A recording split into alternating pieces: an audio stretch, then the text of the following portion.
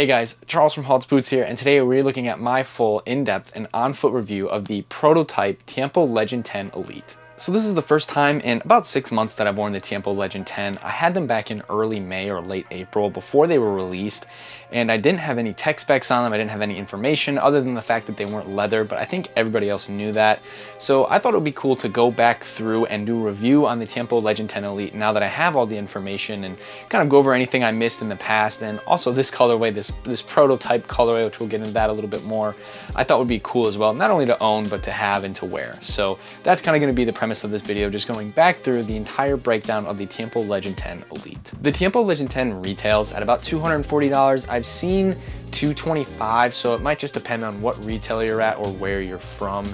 Now, I did like this box a lot. It was different from the traditional silver Nike box, and it kind of had a blueprint or prototype style. It was all white, had some blueprint lines on it. You open up the box, and on the inside it had a lot of cool like sketches of the Tiempo 10. It had a lot of lines and numbers and just everything like blueprints or prototypes would have. So I thought that was kind of a nice touch that Nike decided to do this. On top of that, there was some numbering on the box, and I don't have it off the top of my head. I should have written it down, but each number represents a letter in the alphabet, and I believe when you spell it all out it says Tiempo Legend, which is kind of cool, or just Tiempo.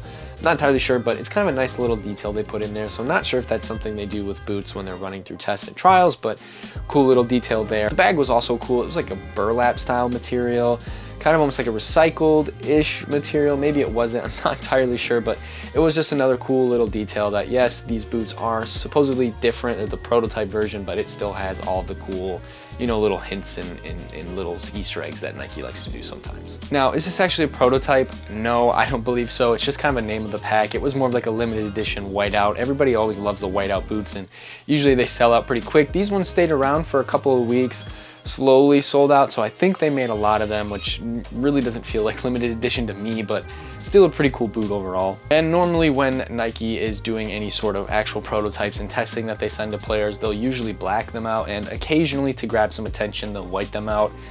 I didn't really remember a whole lot of what was going on with the Tiempo 10 at the time. I believe most of them were blacked out, so that kind of again just solidifies my opinion that it was never really a prototype model and just kind of a cool thing that Nike decided to do. But besides all the talk about the prototype, the blueprints, everything like that, I really don't feel like the Tiempo 10 is actually a Tiempo.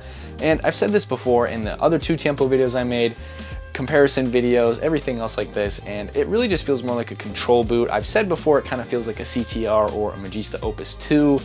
And I'll kind of get more into that later, but honestly, they should have either A, just killed the Tiempo line and come out with a new kind of Defender style or Defender branded boot. Kind of, that's always what the Tiempo's been. And instead they got rid of the leather aspect, which makes it a Tiempo, and have kind of just gone in a different direction, which I'm okay with. Overall, I think this is actually a good boot, but I just really don't agree with the whole keeping it a Tiempo thing and getting rid of the leather. Real quick, I just wanted to let you guys know that we actually have a website, haltsboots.com, where we sell football boots. And what's pretty cool is we have some old models, some new models, a bit of everything in between, and usually we sell stuff at $100 or more under retail. So if you want to purchase a pair, make sure to use YouTube at checkout for 5% off on your order. Now we're going to get into the full review, and as always, we're going to start with the Soleplate. So I will say this Soleplate does stay true to a Tiempo-esque feeling. It looks like the Tiempo 9 Soleplate with just a few tweaks. It still has the bladed studs in the back, which I never really mind on turf. It also has conical studs in the front. Now the Tiempo 9 did have pretty conical studs, but they were kind of cut into like a crescent moon shape almost. Very small detail that they've changed this, but I think it's for the better, I guess. It doesn't really make that big of a difference, but if you're someone who's a boot head or someone who's just really wants to pick apart the new boot from the old, that's one thing you'll notice is the Soleplate has these tiny tweaks, at least when it comes to the studs. Now, the Tiempo 10 does come with these weird little circle cutouts on the Soleplate, and it's a new addition.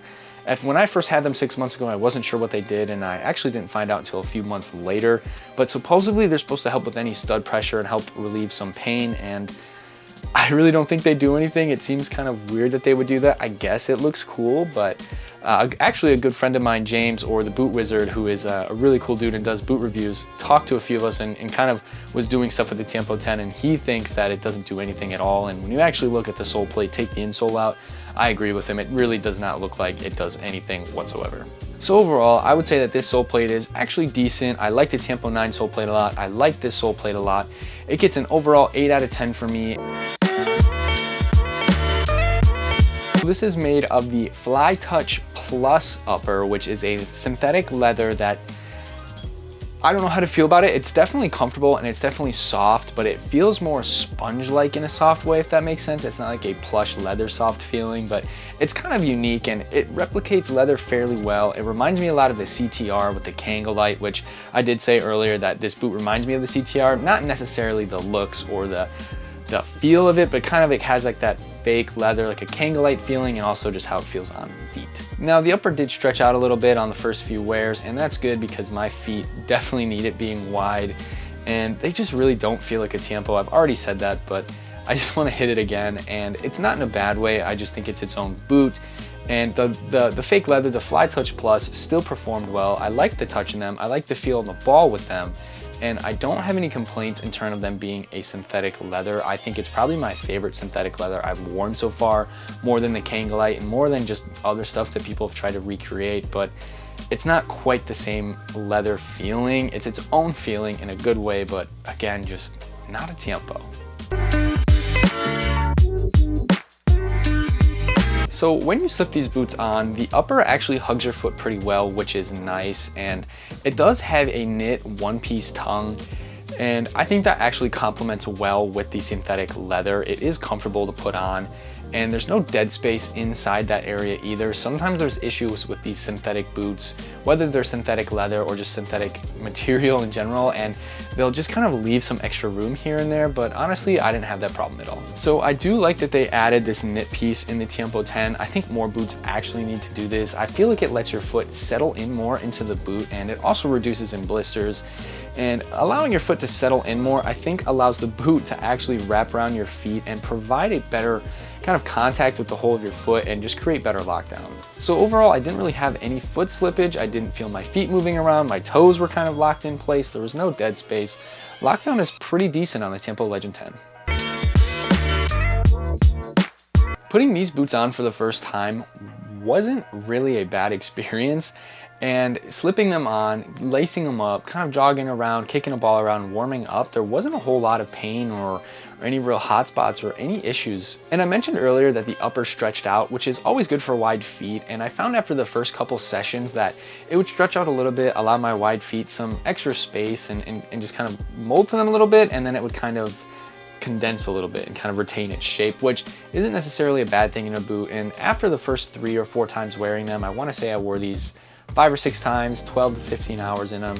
I didn't have any problems with that either. So it definitely was nice to have a boot like this. And although again, it's not leather, this Fly Touch Plus upper is actually comfortable. Now, the only time I did actually have pain was on my arches, and it could be because I just am wearing so many boots and that's just kind of beating my feet up. But also I do think that they were a little bit narrow around the heel area here, and that happened on the second or third wear. I didn't actually have it the first wear, which was weird, but after I kind of got through that arch pain, it was maybe, I don't know, 45 minutes total of that. It went away and then I didn't have it again since. So probably just some growing pains, breaking in the boots, and kind of just my feet settling in, if you will. But overall, if you're worried that because these boots aren't leather, they're not going to be comfortable, that's not true.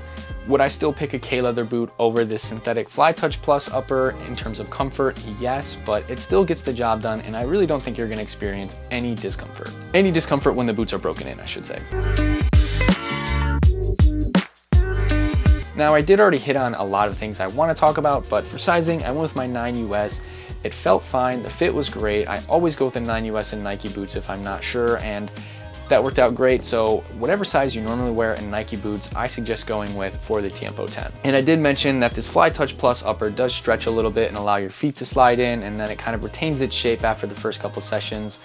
But once you're done and kind of break the upper in fully, it kind of stays a little bit wider. So if you have wide feet like me, that's good to know, and you'll be okay wearing these. And if you do have any discomforts, I don't think they're gonna last long. If you have narrow feet, I don't think you're gonna have any issues or dead space either. I think that this upper actually does a good job, and like I said in lockdown, the whole boot kind of just hugs your foot pretty well. So once you're finally settled into these, it kind of works out in a way, and I think you'll be fine. Break-in time wise, I would say probably a few hours to really get that good fit in. So maybe 2.5, 3, but it's not gonna be a painful break-in process. It's just, it takes a little bit more time than some boots. So the second wear of these, I had some sole separation, which isn't the greatest. Now, is it because I kicked the ground in them?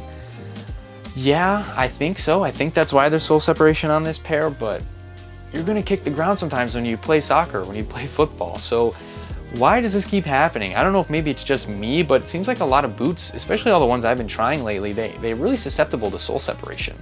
It's not like the separation is severe or that it really spread to the rest of the toe area and kind of grew, but less than 2 hours into wearing, even if you kick the ground, dude, your boot should be built better than that. So I really don't like that from Nike, but it's really hard to judge the actual durability because no other spots, not even the right boot, because it only happened on my left boot, have sole separation. So maybe did I just get unlucky when I kicked the ground really hard and really separated it? Maybe, but it's still frustrating. And will these boots last a long time? Yeah. Would I still wear these even though they have this slight little separation?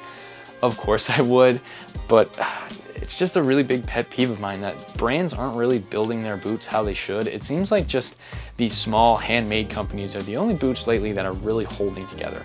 So my final rating for the Tiempo Legend 10 Elite is an 8.3 out of 10, which seems like a high rating from somebody like me who likes to hate on a lot of boots, but I really do rate the Tiempo 10. I think it's a fantastic boot. I've heard lots of people saying they'll never wear a Tiempo again because it's not made of leather, and if you're not wanting to wear the Tiempo 10 because it's not made of leather and you prefer leather boots, I get that and I respect that opinion. And you know what, maybe you should go wear other leather boots because that's what you prefer. But if you're just hating on it purely because now it's not leather and doesn't seem like a Tiempo, not because you prefer leather boots, I think you should give it a try. I really do think that the Tiempo Legend 10 is a solid boot. I like the Fly Touch Plus upper a lot. It's a nice synthetic upper. I think it might even be better than Kangol Light. And although, yes, Nike should have just killed the Tiempo and gone with a new silo, I still think that it's a great boot, and hopefully the next Tiempo they won't modify in any crazy way. It's really hard to say if they'll do this, considering they did a complete 180 on the Tiempo line, but as long as they stick with something like this, and I'm hoping they keep this boot for a few years because it seems like the Tiempos get 2 to 3 years before they switch them, I'm okay with this for now, and maybe Nike will branch off into leather boots again, but who really knows? So overall, 8.3 out of 10. It doesn't feel like a Tiempo, it just bears the Tiempo name, but a boot I do recommend you try if you're someone who's willing to. So with that, that's all I have for you guys today. If you enjoyed this review, if you like football boot reviews, facts, knowledge, anything like that, make sure to check out the rest of the videos on our channel. We have tons of reviews out right now. And with that, I will see you guys in the next review.